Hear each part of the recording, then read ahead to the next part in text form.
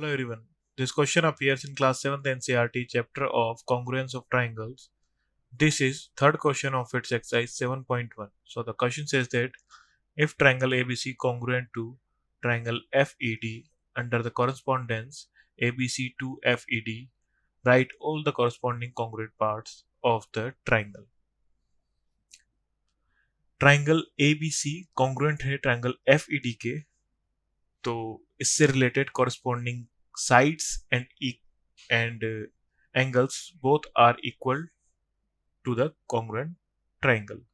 So हमें given है triangle ABC congruent to triangle FED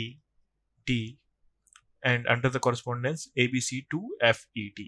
So angle A corresponding to angle F, angle B corresponding to angle E, and angle C corresponding to angle D are equal, and according to their side AB and FE